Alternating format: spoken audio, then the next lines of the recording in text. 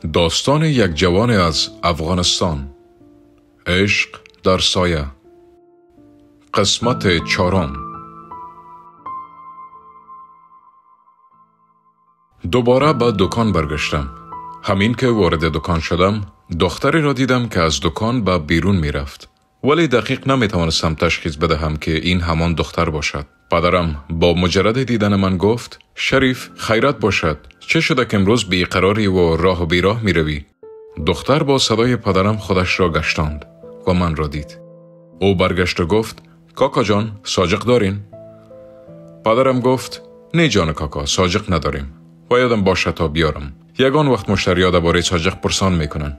پدرم به من نگاه کرد و گفت: جان پدر، میشه یادداشت کنی؟ همزمان با بیرون شدن دختر، مرد قوی هیکل که سر تا پای آن دختر حدوداً 13-14 ساله را ورانداز کرد، وارد دکان شد. دخترک با عجله از دکان بیرون شد و رفت. مرد قوی هیکل به من نگاه انداخت و بعد از گرفتن سودا از دکان بیرون شد. ندانستم که این چه کسی بود که او دختر از دیدنش ترسیده بود و چرا به من نگاه خیره داشت. امروز روزم متفاوت‌تر از روزهای دیگر بود. یک هیجان در من پیدا شده بود که تاب و قرار از من گرفته بود. نزدیک پدرم رفتم و از او پرسیدم که: پدر جان، این دختر را میشناسی؟ پدرم گفت: بله پسرم، این دختر محمد خان، همسایه کوچه پایینتر از ما است. گلنار نام دارد. پدرش 2 زن دارد و مرد سرمایه‌دار است. خانواده بزرگ هستند. گلنار 6 برادر دارد و چند خواهر. گفتم: این مرد قوی هیکل هم پسر محمد خان بود؟ پدرم با تعجب گفت: کدام مرد؟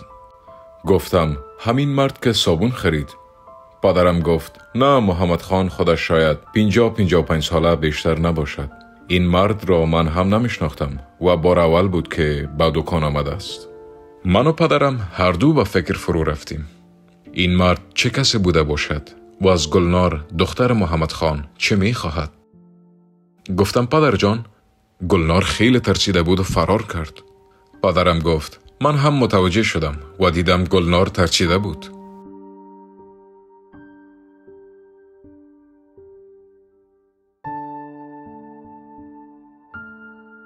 داستان شریف خیلی پیچیده و پیچیده تر می شد. او شیرین و سنجیده سخن می گفت، ولی من برای شنیدن اصل داستان بی‌صبرانه منتظر بودم. 1 ساعت بدون وقفه شریف حرف زد و من شنیدم. فضای کافه خیلی آرام و سنگین بود. دلم از نگاه های شریف، بغض کردنهایش و بالهای سنگینش پر شده بود. از شریف خواستم تا که از کافه بیرون برویم و در یک جای بازتر و روشن‌تر غذا بخوریم. شریف با ساعت دستش نگاه کرد و گفت: برویم چون من هم گرسنه‌ام. ما قدم زنان به طرف جایی را که نمیشناختیم به راه افتادیم تا جای مناسب را پیدا کنیم. شریف خودش را به من نزدیک کرد و گفت: من نیاز به مسافرکشی ندارم. این کار را به خاطر فرار از خانه و زندگی انجام می دهم. اوضاع مالی من تا حدود خوب است. پدرم حالا در سوپرمارکت بزرگی که من سرمایه گذاری کردم کار می کند. پیر شده ولی در خانه تاب نمی آورد. تنهاست. مادرم دیگر در کنارش نیست. او فقط از سوپرمارکت نظارت می کند. برادرم و پسر عمم که خیلی دوستش دارم و به او اعتماد دارم همراه با پدرم همکار هستند. من در هفته شاید 5 روز مسافر باشم. فرزندانم مرا سیر نمی بینند. خانم من همیشه از من شکایت دارد و تا حالا و حتی شاید هیچ وقت برایش نگویم که چرا از خانه گریزانم.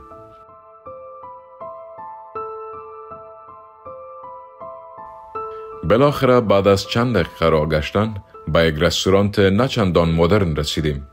رستوران آخر کوچه بود. به شکل قدیمی ساخته شده بود. در وسط رستوران تندور برای پختن نان گرم قرار داشت.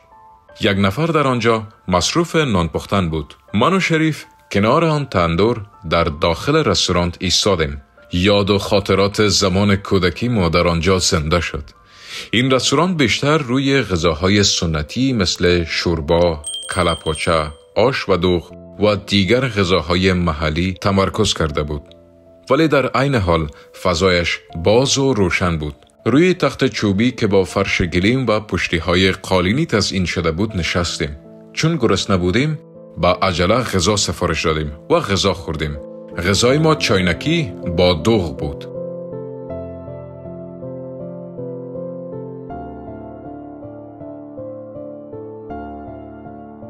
بعد از خوردن غذا شریف سخنانش را این گونه شروع کرد و از من سوال کرد که تا حالا تو عاشق شده ای؟ خندم گرفت. گفتم نه، نشدم. گفت چرا؟ گفتم در زمانهایی که ما زندگی میکردیم دخترها قبل از این که به سن بلوغ برسن پدر و مادرهای اینا تصمیم میگرفتن که دخترایشان ازدواج کنند، خواسته یا ناخواسته.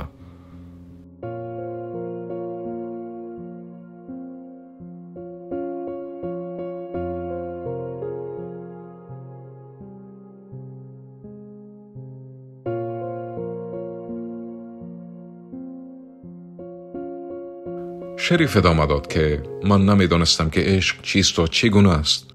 ولی از آن روز به بعد زندگی عادی من تبدیل شده بود به یک سردرگمی. ولی فکر میکردم یک کار نیمه کاره دارم که باید انجامش بدهم. 10 مشتری آن روز بعد از گلنار به دکان آمد و رفت. اما نگاه زننده آن مرد به طرف گلنار من را خفه کرده بود. این حس برای من عجیب بود. آن شب خواب بر من حرام شده بود.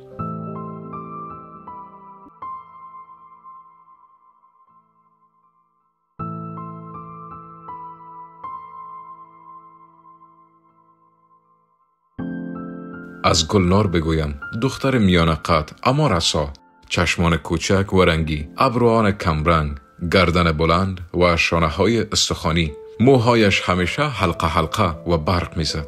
دختر مرتب و منظم، ساکت آرام. این که چرا فکرم درگیر او بود را نمیدانستم. فردای آن روز وقتی در دکان بودم گلنار دوباره به دکان آمد. با دیدن گلنار احساس کردم که شکم من داغ شد. موهایم را مرتب کردم و خواستم به گلنار کمک کنم. گلنار وقتی میخندید انگار از دهنش عسل میریخت. او همیشه میخندید، با پدرم، با خودش و حتی با من. ولی من خنده هایش را نمیدیدم. امروز به گلنار خیره شده بودم و دلم میخواست داغی شکمم را با دیدن او درمان کنم. چون با آمدن او و دیدنش این اتفاق افتاده بود. پدرم اجازه نداد تا من به گلنار کمک کنم. فکر میکنم که پدرم از آن مرد قوی هیکل دیروزی ترسیده بود و نمیخواست که من نزدیک گلنار بروم. گلنار خرید کرد و از دکان بیرون رفت و من هم به دنبالش بیرون شدم. ولی پدرم شانم را کشید و من را به داخل دکان انداخت. من نتوانستم که گلنار را ببینم کجا می رود و خانه‌اش در کدام مسیر است.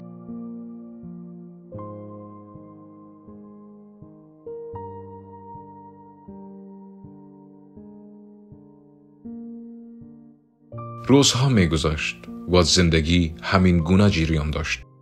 هر روز را با اینکه امروز دوباره گلنار را می بینم خوشحال از خواب بیدار می شدم. در صنف درسی اتفاقاتی که روزانه در زندگی من می افتاد ذهنم درگیر شده بود. بزرگ شده بودم، نوجوانی که از کودکی کار می کند و بیشتر از سنش بزرگ شده. غصه های عمیق در دل دارد. بیماری مادرش، تنهایی پدرش که نه برادر دارد و نه پدر و مادری. شریف قصه می کند و من چشمانم را به طرفش بزرگ و کوچک می کنم تا که بداند حرفهایش را با جان و دل می شنوم. شریف می گوید که هر روز گلنار را بیشتر از دیروز دوست دارد. گلنار رنگ چشمانش همراه با رنگ چادرش عوض می شد. اگر چادر سبز می پوشید رنگ چشمانش سبز می شد و اگر رنگ آبی می پوشید رنگ چشمانش هم آبی می شد. رنگ گلابی مثل رنگ رخسارش است. گلنار تا 1 ماه قبل اینقدر زیبا نبود و یا اینکه من او را زیبا نمی دیدم. یکی از روزها پدرم متوجه می شود که من نسبت به قبل بیشتر به خود می رسم و فیشن می کنم. آینه کوچک در جیب لباسم دارم و هر لحظه خودم را با آینه می بینم. من فکر نمی کردم که این موضوع برای پدرم مهم باشد و متوجه تغییر در من شده باشد. بدون برنامه در وسط دکان راه و بیراه می رفتم و حواسم سر جایش نبود. ناگهان پدرم با صدای کم کلفت و مردانه صدایم کرد و گفت: پسرم، هنگار زرده و کن کشیده ای و کلان شده ای. از این که هر روز کلان می شوی و قد می کشی خوشحالم، ولی کلان شدن به آینه و شانه نیست. تو باید به آینده‌ات فکر کنی و کوشش کو تا در دکان کارهای مهم خرید و فروش یاد بگیری. شاید من روز نباشم، تو باید بتانی به برادرت و مادر مریضت رسیدگی کنی. حرفهای پدرم از یک گوشم داخل شد و از گوش دیگرم بیرون شد و من به فکر این که چرا گلنار تا هنوز نیامده.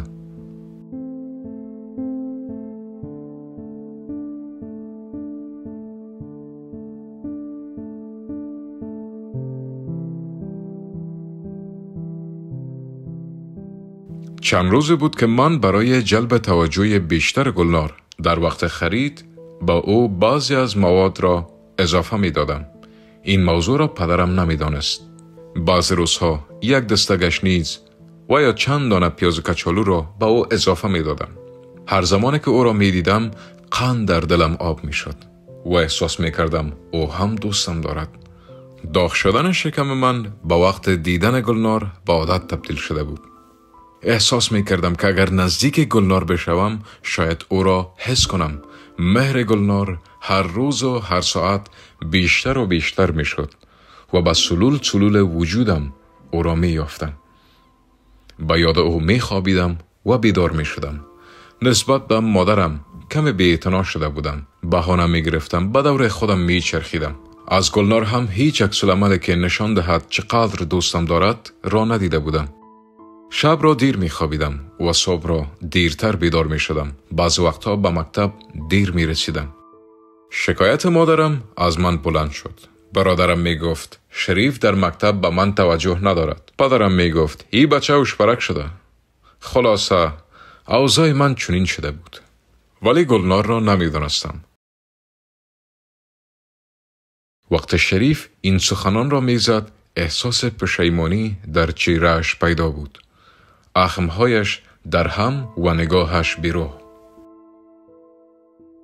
2 ساعت دیگر برای شنیدن حرفهای شریف وقت داشتم و باید به اتاقم برمیگشتم. شریف از من اجازه گرفت تا که بیرون از رستوران برود و کم شیریخ بخرد و بیاورد. او گفت که گلویش خشک شده و باز هم شکمش داغ و برای خرید شیریخ بیرون رفت و منم از تختهای چوبی پایان شدم و چند قدم در رستوران راه رفتم. این بار برای نشستن میز و صندلی انتخاب کردم چون پاهایم خواب رفته بود. خسته شده بودم از نشستن روی تخت چوبی. شریف بعد از چند دقیقه به رستوران برگشت و او شیریخ خریده بود. با هم شیریخ را خوردیم. واقعا خوردن شیریخ بعد از خوردن چاینکی چسبید. شریف شروع می کند و می گوید که یکی از روزها من و گلنار بر سر گرفتن پول از گلنار جنجال داشتیم که پدرم به سر رسید و گفت که چه خبر است؟ گلنار با کمال سادگی به پدرم گفت کاکا جان، شریف پول سودا را که من خریدم قبول نمی کند. شما بگویید که قبول کند. پدرم با تعجب گفت که چه شده؟ و من چیزی برای گفتن نداشتم. پدرم نزدیک من آمد و یک سیلی محکمه به صورتم زد و گفت